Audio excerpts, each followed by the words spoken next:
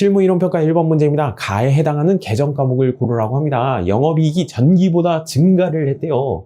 근데 당기순이익은 감소가 됐대요. 손익계산서 계산구조 물어본 것이죠. 그쵸? 매출액에서 매출 원가를 빼면 매출 총이익이 나올 것이고요. 판매비와 관리비를 빼게 되면 영업이익이 나올 것이에요. 영업이익은 증가되었는데 당기순이익이 감소가 됐대요. 그럼 영업과 관련 없는 게 뭔가 현상을 일으켰겠죠. 그쵸? 900번대 고르라는 문제가 되겠습니다. 따라서 정답은 3번 아니면 4번이 될 것이고요. 3번은 영업의 수익이죠. 4번은 영업의 비용이 될 것이에요. 네, 당기순이익의 감소의 원인은 가의 증가의 원인입니다. 비용이 많이 발생을 했으니까 당기순이익이 감소를 하겠죠. 그쵸? 영업의 비용을 고르라는 것이네. 정답은 4번이 될 것입니다. 실무이론평가 2번 문제입니다. 비유동부채에 해당하는 단어를 고르라고 합니다. 유동부채가 있었고 비유동부채가 있었죠. 유동부채는 1년 안에 갚아야 될 돈이고 비유동부채는 1년 이후에 갚아야 될 돈이죠. 1년 이후에 갚아야 될 돈은 정답은 3번이 될 것이네요. 그쵸? 네, 장기라고 써져 있어가지고 이거 비유동부채 아니죠. 그쵸? 장기였던 게 유동, 현금화가 된 것이죠. 1년 이후에 갚아야 될 돈이었었는데 1년 이내에 갚게 된 것이죠. 저거 유동부채에 해당이 됩니다. 실무이론평가 3번 문제입니다. 12월 말 상품의 재고액을 계산하라고 합니다. 재고자산 문제가 되겠고요. 총평균법을 적용하라고 합니다. 총평균법. 자, 구입한 금액에다가 개수를 나눠주시면 수량을 나눠주시면 평균 단가가 나오겠죠. 그렇죠? 네, 3만원, 10만원, 8만원 전체 구입한 가격에다가 전체 수량 300개, 500개, 200개를 나눠주시면 평균적으로 사온 가격이 나오겠죠. 그렇죠? 평균적으로 사온 가격이 나올 것이고 총평균 단가 나올 것이고 200개가 팔려 나갔고요. 200개가 팔려 나갔습니다. 그러니까 1000개 구매했는데 400개가 팔려 나갔으니까 600개가 남아 있겠네요. 그렇죠? 창고에는 얼마? 600개가 남아 있겠고요. 그 다음에 평균 단가를 곱해 주시면 정답은 3번이 될 것이죠. 실무이론평가 4번 문제입니다. 손익계산서에 계상될 계정 과목과 금액을 고르라고 합니다. 이거 대손 문제가 되겠군요. 12월 10일자에 서울의 파산으로 인해서 단기 대여금 회수가 불가능하게 되었다. 일단 단기 대여금은 주된 영업활동이 아니죠. 일반적인 상거래가 아니니까 이거 기타의 대손상각비가 나와야 될 것이죠. 정답은 2번 아니면 4번이 되겠습니다. 근데 200만 원이 떼였대요. 200만 원이 떼였고요. 12월 10일 이전에 대손 충당금 설정해 놓은 게 있네요. 충전해 놓은 금액 얼마? 80만 원입니다. 80만 원보다 많이 떼었네요. 예상치 못한 금액이 발생했죠. 그러면 비용 처리해야 되겠죠. 기타의 대손상각비로 해가지고 얼마? 120만 원만큼 생각지 못한 부분이 생겼죠. 그렇죠. 네, 정답은 2번이 될 것입니다. 실무이론평가 5번 문제입니다. 무형자산에 대해서 옳지 않은 거 고르라고 합니다. 1번 보기 무형자산을 인식하기 위해서는 식별 가능성이 있어야 되고요. 자원의 통제, 그 다음에 미래 경제적 교육이 존재하는 모든 조건을 충족해야 된다. 맞는 표현이죠. 형체가 없기 때문에 그러합니다.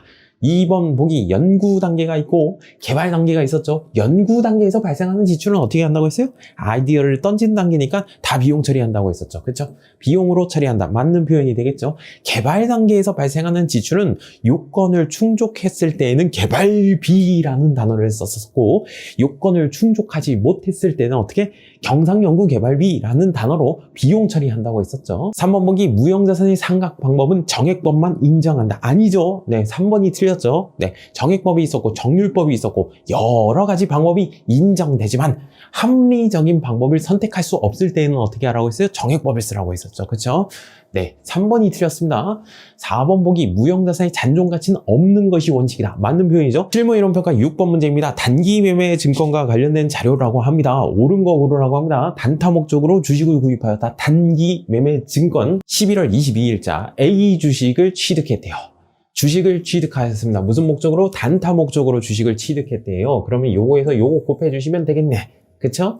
네, 수수료는 어떻게 한다고 했죠? 취득하는 과정에서 발생하는 지출, 부대 비용은 원래 가산하지만 단타 목적이기 때문에 샀다 팔았다 할 거기 때문에 바로 단기 손익으로 잡아준다고 했었죠. 그쵸? 네, 수수료 비용 쓴다고 했습니다. 네, 그쵸? 네, 요거하고 요거 곱해주시면 네, 틀렸죠. 그쵸? 네, 네, 30만 원이 돼야 되겠죠. 2번 보기 맞나요? 12월 30일 날 기록될 단기 매매 증권은 37만 원이다. 아니죠. 네, 3,000원이었었는데 3,500원이 됐었죠. 3,500원에 대해서 100주를 가지고 있죠. 그렇죠? 네, 35만 원이 될 것입니다. 3번 보기 전기의 12월 30일 날 손익계산서에 기록될 단기 매매 증권 평가이익은 3만 원이다. 얼마만큼 올렸죠? 500원만큼 올랐잖아요. 500원에 대해서 100주만큼 이익이 생긴 것이죠. 5만 원이 되겠죠. 네, 4번 보기가 옳은 표현이 되겠죠. A 주식의 처분으로 인해 가지고 단기 매매 증권 처분 이익은 얼마이다? 2만 원이다. 왜? 500원이었었는데 3,500원이었었는데 3,700원에 처분했대요. 얼마만큼? 200원만큼 올랐잖아요. 200원에 대해서 100주만큼 이익이 생겼겠죠. 네, 정답은 4번이 될 것입니다. 실무 이론평가 7번 문제입니다. 회계 처리할 때 옳지 않은 거 고르라고 했습니다. 1번 보기, 직원, 가족, 동반, 야유회비, 직원을 위해서 쓴 지출이죠. 네, 직원의 사기 진작 복지를 위한 지출은 어떻게? 복리후생비로 처리한다. 맞는 표현이 되겠고, 2번 보기, 직업의 업무 역량 강화를 위해서 학원비를 지원했대요. 네, 교육과 관련된 지출이죠. 네, 교육훈련비로 처리한다. 맞는 표현이 되겠고, 3번 보기, 거래처 직원의 결혼축의금, 거래처 직원을 위해서 썼습니다. 네, 접대비라는 단어를 쓰게 되겠죠. 네, 정답은 4번이 될 것인데 회사 부담분 그리고 본인 부담분이 있었죠. 그렇죠? 네, 건강보험료라고 해가지고 무조건 예수금 하시면 안 되죠. 회사 부담금이 있었고 직원 부담금이 있었다. 예수금은 언제 쓰는 거예요? 직원이 부담해야 될 금액을 사장님이 근로자를 대신해서 떼어놓은 금액이죠. 그렇죠? 본인 부담금에 해당되는 부분이고 회사 부담금은 비용 처리하겠죠. 건강과 관련된 지출이니까 복리후생비로 처리하는 게 맞겠죠. 네, 4번이 틀렸습니다. 실무이론평가 8번 문제입니다. 부가가치세법상 신고 납부에 대한 설명으로 옳은 거 고르라고 합니다. 폐업의 경우에는 폐업일로부터 25일 이내 신고 납부해야 된다. 아니죠. 폐업일이 속한 달에 다음 달 25일까지 신고 납부하셔야 되겠죠. 이 보기 잘 나오죠. 2번 보기 법인 사업자의 확정 신고의 경우에는 예정 신고 때 이미 신고한 내용을 포함한다. 아니죠. 예정 신고 때 이미 했잖아. 그럼 확정 신고만 하시면 되겠죠. 그렇죠? 간이가세자는 얼마입니까? 4,800만 원이죠. 공급대가 합계이 얼마? 4,800만 원 미만인 경우에는 면제가 되죠. 따라서 정답은 4번이 되겠네요. 4번 보기 개인 사업자의 경우에는 예정 신고 기간마다 예정 고지세액을 결정하는 것이 원칙이다. 고지서가 날라오죠. 그렇죠? 실무이론평가 9번 문제입니다. 부가가치세법상 공급 시기로 옳지 않은 것은 원칙이 뭐죠? 인도되거나 이용이 가능하게 되는데 그리고 예외들을 우리가 외워줬었죠. 장기 할부 판매, 완성도 기준 지급, 중간 지급 조건부는 대가의 각품을 받기로 한대. 맞죠? 그렇죠? 그리고 반환 조건부는 어떻게 됐어요? 반환 조건은 조건이 성취되거나 기한이 지나 판매가 확정되는데 맞죠? 임원복이 재화의 공급으로 보는 가공의 경우에는 인도되는데 원래 원칙으로 가시면 되겠습니다. 네, 정답은 2번이 옳지 않은 표현이 되겠습니다. 실무이론평가 10번 문제입니다. 납부할 세액을 계산하면 얼마입니까? 매출세액에서 매입세액 빼가지고 납부세액 계산해 주시면 되겠죠? 매출세액 먼저 계산해 봅시다. 국내 매출액 공급가액 나와 있죠? 네, 1억입니다. 1억에 대해서 몇 퍼센트? 10% 계산해 주시면 되겠네요. 그럼 1,000만 원이 나오겠죠? 하치장 반출액 저건 뭡니까? 하치장은 일단 사업장이 아니죠. 그렇죠? 사업장이 아니고 계산해 줄 필요가 없잖아요. 그렇죠? 네, 매입세액을 이제 계산해 주시면 되겠네요. 매입세액 얼마 나왔어요? 700만 원 나왔습니다.